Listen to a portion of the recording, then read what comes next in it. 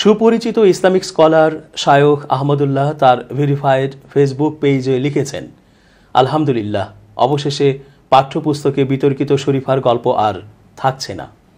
তিনি আরও জানান, গুরুত্বপূর্ণ এই কাজটির পেছনে ভূমিকা রাখায় সংশ্লিষ্ট সবাইকে মহান আল্লাহ উত্তম বিনিময় দান করুন। বিশেষ করে পর্যালোচনা কমিটির আহ্বায়ক, ইসলামী আরবি বিশ্ববিদ্যালয়ের মাননীয় উপাচার্য ড মোহাম্মদ আব্দুর রশিদ, ড মাওলানা কফিল উদ্দিন সরকার সালেহী সহ সংশ্লিষ্টদেরকে ধন্যবাদ জানাই। মহান আল্লাহ আপনাদেরকে উত্তম বিনিময় দান করুন।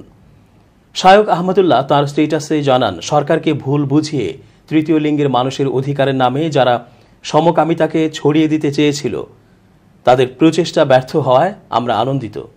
এখন প্রয়োজন দ্রুত বাস্তবায়নের উদ্যোগ গ্রহণ করা। ভবিষ্যতেও তাদের চক্রান্তের ব্যাপারে সংশ্লিষ্টগণ সতর্ক থাকবেন বলে আমরা আশা রাখি। কিছুটা বিলম্বে হলেও বিতর্কিত গল্পটি বাদ দেওয়ার এ সিদ্ধান্তে আমরা কর্তৃপক্ষকে ধন্যবাদ জানাই। স্বাস্থ্য সুরক্ষা বই সহ আরও যেসব বইয়ে পরিকল্পিতভাবে বিষ ঢোকানো হয়েছে, সেগুলোর সংশোধনী আনাও জরুরি। হেফাজতে ইসলামের এক শীর্ষ নেতা বলছেন, সমকামীদের সহযোগীরা পাঠ্যপুস্তকে শরীফার গল্প বহাল রাখতে একাট্টা ছিলেন, কিন্তু ড মোহাম্মদ আব্দুর রশিদ, ড মাওলানা কফিল উদ্দিন সরকার সালেহীর বিপ্লবী ভূমিকার কারণে সেই চক্রান্ত বাস্তবায়ন হয়নি।